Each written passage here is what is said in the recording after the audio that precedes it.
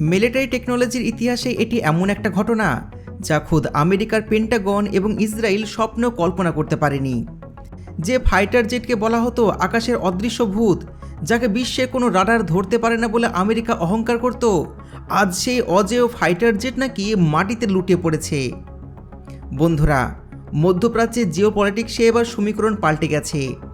Iran এবং আমেরিকার মধ্যেকার এই ছায়াযুদ্ধ এবার সরাসরি রূপ নিয়েছে। রিপোর্ট অনুযায়ী ইরানের দিক থেকে আসা 65তম ওয়েবে এক বিধ্বংসী হামলায় মারাত্মকভাবে ক্ষতিগ্রস্ত হয়েছে আমেরিকার গর্ব F-35 বিমান।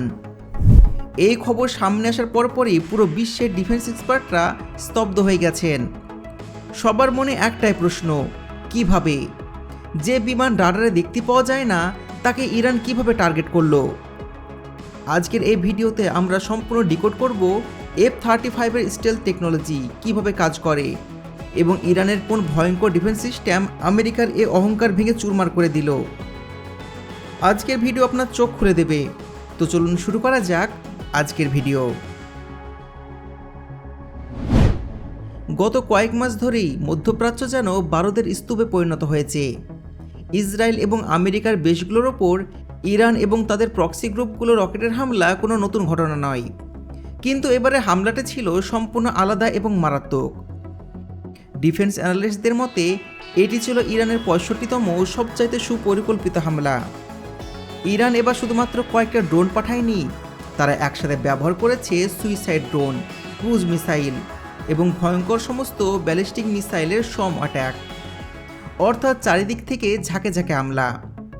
আমেরিকার প্যাট্রিয়ট এবং থার্ড সিস্টেম যখন এই শত শত মিসাইল আটকাতে ব্যস্ত এবং সিস্টেম ওভারলোড হয়ে গেছে, ঠিক সেই সুযোগটাকে কাজে লাগাচ্ছে ইরান।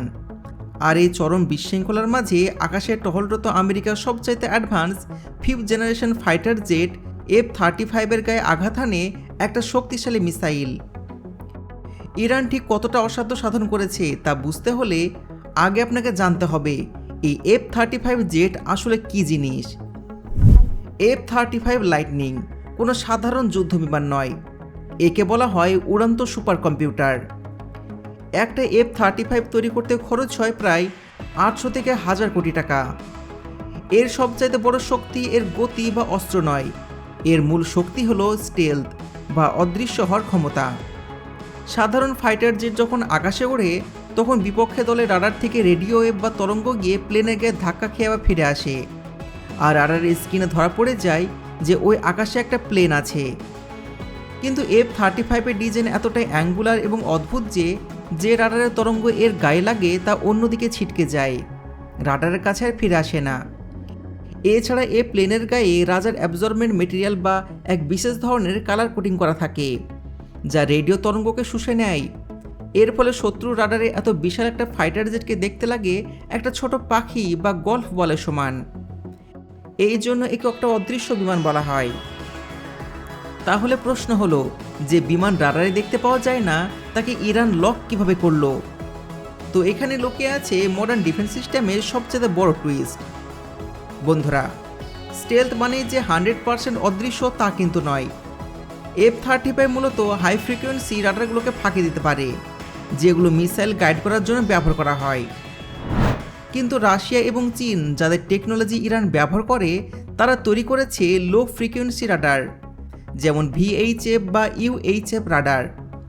এই রাডারগুলোর ওয়েভলেংথ বা তরঙ্গের দৈর্ঘ্য অনেক বড় হয়। যখন এই বড় তরঙ্গগুলো F-35 এর গায়ে আঘাত করে তখন এর সাইজ বা আকার রাডারে কিছুটা হলেও ধরা পড়ে যায়। যদিও এই লো ফ্রিকোয়েন্সি রাডার দিয়ে একদম নিখুঁতভাবে মিসাইল ফায়ার করা যায় না, কিন্তু এটি অন্তত এটুকু জানিয়ে দেয় যে আকাশের কোন অংশে আমেরিকার এই অদৃশ্য ভূত লুকিয়ে আছে। আর একবার লোকেশন ট্র্যাক হয়ে গেলে মাল্টিপল রাডার এবং অপটিক্যাল সেন্সরের সাহায্যে সে প্লেনটিকে ঘিরে ফেলা সম্ভব। বিভিন্ন ডিফেন্স এক্সপার্টদের মতে এই হামলায় ইরান হয়তো তাদের নিজস্ব তৈরি সবচাইতে অ্যাডভান্স এয়ার ডিফেন্স সিস্টেম বাভার 373 ব্যবহার করেছে। এই সিস্টেমটিকে রাশিয়ার সবচাইতে ভয়ঙ্কর S-300 বা S-400 সমকক্ষ বলে দাবি করে ইরান। বাভার 373 এই রাডার প্রায় 450 কিলোমিটার দূর থেকে টার্গেটকে ধরতে পারে এবং একই সাথে একাধিক মিসাইল ফায়ার করতে পারে। যখন 65তম ওয়েবের হামলায় আকাশে শত শত ড্রোন এবং মিসাইল উঠছিল, তখন পুরো আকাশসীমায় এক চরম ইলেকট্রনিক জ্যামিং তৈরি হয়। আর এই বিশৃঙ্খলার সুযোগ নিয়ে হয়তো বাভার 373 এর কোনো একটা আপগ্রেডেড সেন্সার F-35 এর ইনফ্রারেড বা হিট সিগনেচারকে ট্র্যাক করে ফেলে এবং স্পিড অফ লাইটে মিসাইল ফায়ার করে। মিসাইলটি হয়তো প্লেনটিকে সরাসরি ব্লাস্ট করতে পারেনি, পেছনের কাছ থেকে ফাইটার প্লেনটিকে মারাত্মকভাবে ড্যামেজ করেছে। F-35 ড্যামেজ হওয়া এই খবরটি আমেরিকার জন্য শুধুমাত্র একটা প্লেন হারানোর চাইতেও অনেক বেশি কিছু। এটি তাদের গ্লোবাল মিলিটারি সুপ্রিমেসি বা সামরিক শ্রেষ্ঠত্বের ওপর বিশাল বড় আঘাত। আমেরিকা তাদের মিত্র দেশগুলোর কাছে বিলিয়ন বিলিয়ন ডলারে এই F-35 বিক্রি করে এবং এটা বলে যে এই প্লেন অভেদ্য। কিন্তু ইরান যদি প্রমাণ করে দেয় যে এই প্লেনকে ধরা সম্ভব, তবে আমেরিকার ওয়েপন মার্কেটে বিশাল ধস নামবে। এখন সবচেয়ে বড় প্রশ্ন হলো, এরপর কি? আমেরিকা কি চুপ করে বসে থাকবে? একদমই না। পেন্টাগন হয়তো এর প্রতিশোধ নিতে ইরানের রাডার স্টেশন বা মিসাইল লঞ্চপ্যাডগুলোতে B-2 স্পিড বোম্বার দিয়ে ম্যাসিভ আকারে স্ট্রাইক করতে পারে।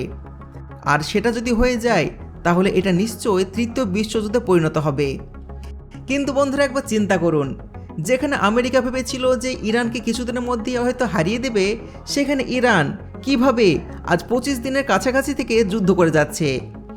আর আমেরিকা এবং ইসরায়েলকে ভালো করে বুঝিয়ে দিচ্ছে আসলে বাপকে। তো বন্ধুরা, আজকে ইরান প্রমাণ করে দিয়েছে ইরান একা 100, ইরানের কারো দরকার নেই, ইরান নিজে থেকে একা 100। তবে এই যুদ্ধে আপনি কার পাশে? আমি তো ইরানের পাশে।